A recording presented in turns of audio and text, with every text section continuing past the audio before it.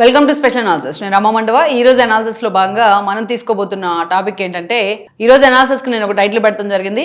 Vijayasai Reddy reentry కోసం Jaganmohan Reddy serious ప్రయత్నాలు అని చెప్పేసి నేను టైటిల్ పెట్టాను.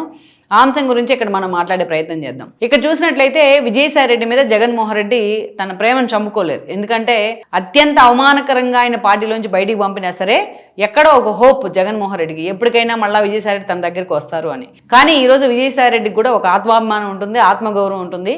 ఆ విషయం వచ్చేటప్పటికే జగన్మోహన్ రెడ్డి తనను ఆ విషయంలో టచ్ చేసే ప్రయత్నం చేశారు. అందుకే ఆయన అంత సీరియస్గా ఎఫెక్ట్ అయ్యారు. అందుకే వన్స్ వైఎస్ఆర్సీపీ నుంచి బయటికి వెళ్ళిన తర్వాత పూర్తిగా ఈరోజు వైఎస్ఆర్సీపీతో అంతే దూరం కూడా మెయింటైన్ చేస్తూ వస్తున్నారు. మరి అలాంటి విజయసాయి రెడ్డిని ఎందుకు జగన్మోహన్ రెడ్డి పార్టీలోకి తెచ్చుకోవాలనుకుంటున్నారంటే నిజంగానే ఒక రీజన్ ఉంది ఇక్కడ. మనం గతంలో చూసినట్లయితే విజయసాయి రెడ్డికి జగన్మోహన్ రెడ్డి రాజ్యసభ సభ్యత్వం ఇచ్చిన అంతకంటే ఎక్కువ జగన్మోహన్ రెడ్డి కోసం ఆయన పనిచేశాడు. జగన్మోహన్ రెడ్డి జైలుకి వెళ్ళక ముందు నుంచి వైఎస్ రాజశేఖర రెడ్డికి కావచ్చు, జగన్మోహన్ రెడ్డి పరిశ్రమలకు కావచ్చు, మంచి ఆడిటర్గా ఉండేవాళ్ళు వాళ్ళ సంస్థల్లో. అక్కడి నుంచి జగన్మోహన్ రెడ్డి మీద సిబిఐ కేసులు పడ్డప్పుడు ఈయన మీద కూడా పడ్డాయి. జగన్మోహన్ రెడ్డితో పాటు జైలుకి వెళ్లారు. జైలుకి వెళ్లి బయటకు వచ్చినాక పార్టీలో ప్రధాన కార్యదర్శి పదవి వచ్చింది. అదే ఫస్ట్ పొలిటికల్ ఎంట్రీ. అంతకుముందు టీడీ బోర్డు మెంబర్ గా కూడా పనిచేశారు. దాని అప్పటి నుంచి కూడా జగన్మోహన్ రెడ్డి విజయసాయి రెడ్డి మధ్య మంచి క్లోజ్ బాండింగ్ ఏర్పడింది. ఇది ఆ తర్వాత రోజుల్లో ఆ పార్టీ ఖాతాలో వచ్చిన ఏకైక రాజ్యసభను కూడా విజయసాయి రెడ్డికి ఇచ్చేదాకా వెళ్ళింది.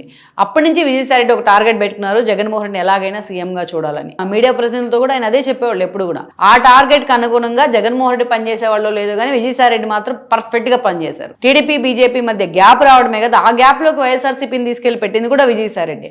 ఢిల్లీ స్థాయిలో ఆ పార్టీని ఎప్పుడు లైమ్ లైట్ లో ఉంచడం కానీ, మీడియాలో చర్చ జరిగేలా చేయడం కానీ, అదేవిధంగా గ్రౌండ్ లో పార్టీ క్యాడర్ తో టచ్ లో ఉండడం కానీ, ఇవన్నీ పర్ఫెక్ట్ గా ఎగ్జిక్యూట్ చేసేవాళ్ళు ఆయన. పార్టీ అంతా ఒక ఎత్తు అయితే విజయసాయి రెడ్డి ఒకడే ఒక సైనికుల్లాగా పనిచేసేవాళ్ళు ఆ రోజు. సో అలా అవి ఎగ్జిక్యూట్ చేసే క్రమంలోనే పీకే లాంటి వాళ్ళని తీసుకొచ్చి పార్టీ కోసం ఒప్పించేలా చేశారు ఆయన స్ట్రాటజిస్ట్ గా. జగన్మోహన్ రెడ్డి కూడా యాక్సెప్ట్ చేశారు. వైఎస్ఆర్సీపీ 151 సీట్లు రావడంలో జగన్మోహన్ రెడ్డి పాత్ర ఎంత ఉంది, ఆయన కష్టం ఎంత ఉంది, మిగతా నేతల కష్టం ఎంత ఉంది అనే కంటే విజయసాయి రెడ్డి పాత్ర చాలా కీలకం దాంట్లో. అది జగన్మోహన్ రెడ్డికి కూడా తెలుసు. అంత పర్ఫెక్ట్గా స్ట్రాటజీస్ వర్కౌట్ చేయడమే కాదు, ఎగ్జిక్యూషన్లో కూడా విజయసాయి రెడ్డిని కొట్టేవాళ్ళు లేరు. పార్టీకి ఆర్థిక మూలాలు ఎక్కడా కూడా పూర్తి స్థాయిలో పటిష్టం చేయడం మీద కూడా విజయసాయి రెడ్డి పాత్ర ఉంది.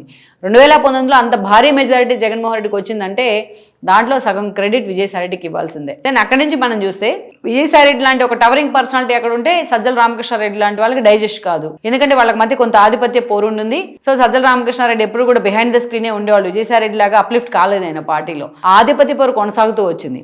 దట్టు భారతీయకి సజ్జల బంధువు కావడం కూడా ఒక ప్లస్ పాయింట్ అయింది. అందుకే విజయసాయి రెడ్డికి ఉత్తరాంధ్ర బాధ్యతల పేరుతో ఆయన పక్కన పెట్టించే ప్రయత్నం జరిగింది.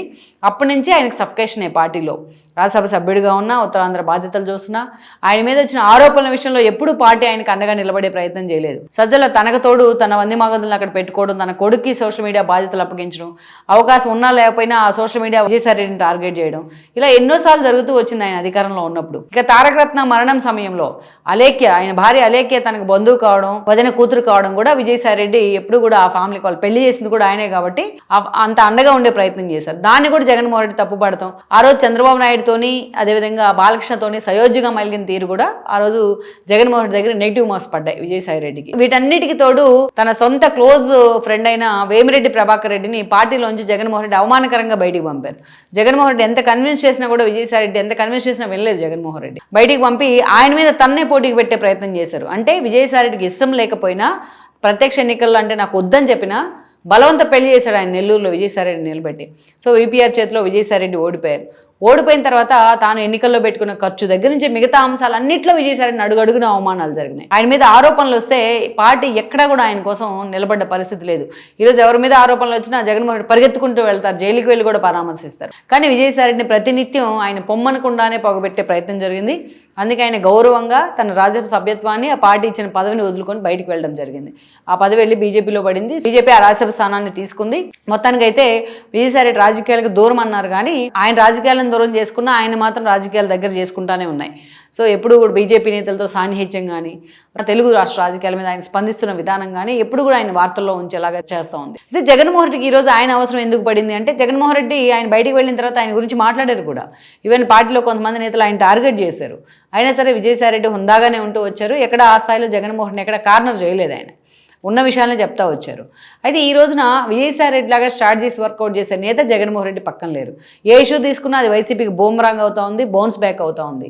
సజ్జల లాంటి వాళ్ళ పనితీరు ఏంటనేది మొన్నటి ఎన్నికల సమయంలో అర్థమైంది. మొత్తం ఆ పార్టీలో నేతలంతా ఆయన పక్కన పెట్టారు. ఇంకా కొత్తగా జగన్మోహన్ రెడ్డి పక్కన పెట్టాల్సిన అవసరం లేదు.